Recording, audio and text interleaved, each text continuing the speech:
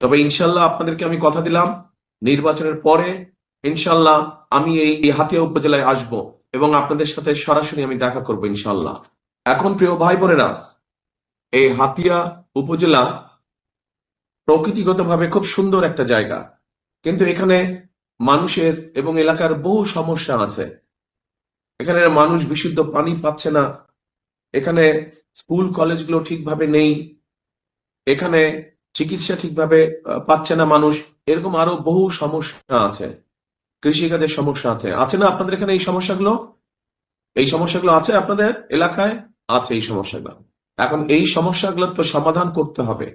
এই সমস্যার সমাধান করতে হলে সত্যিকার ভাবে আপনাদের জন্য কাজ করবে ইনশাআল্লাহ। আপনারা শামীমকে যদি নির্বাচিত করেন, ধানের শীষকে নির্বাচিত করেন এবং বিএনপি ইনশাআল্লাহ 12 তারিখে সরকার গঠন করলে, তো এলাকার উন্নয়নের পাশাপাশি মানুষেরও বহুবিধ সমস্যা আছে।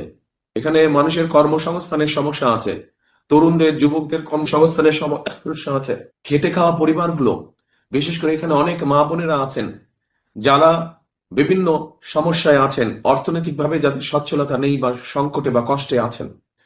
ঠিক একইভাবে এখানে কৃষক ভাই যারা আছেন তাদের বিভিন্ন রকম সমস্যা আছে।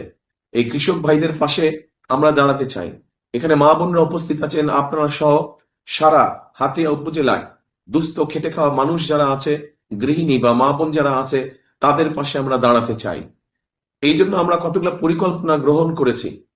এই পরিকল্পনাগুলো হচ্ছে, যেমন আপনাদের নিশ্চয়ই মনে আছে, দেশনেত্রী খালেদা জিয়া যখন দেশ পরিচালনার দায়িত্বে ছিলেন, সেই সময় উনি মেয়েদের শিক্ষা ব্যবস্থা ক্লাস 1 থেকে ইন্টারমিডিয়েট পর্যন্ত শিক্ষা ব্যবস্থা উনি ফ্রি করে দিয়েছিলেন, মনে আছে? এখন যদি আমরা কোনো স্কুল কলেজে যাই, তাহলে দেখতে পারবো ছেলেদের পাশাপাশি সমান সংখ্যক মেয়েরা লেখাপড়া করছে। কিন্তু লেখাপড়ার পাশাপাশি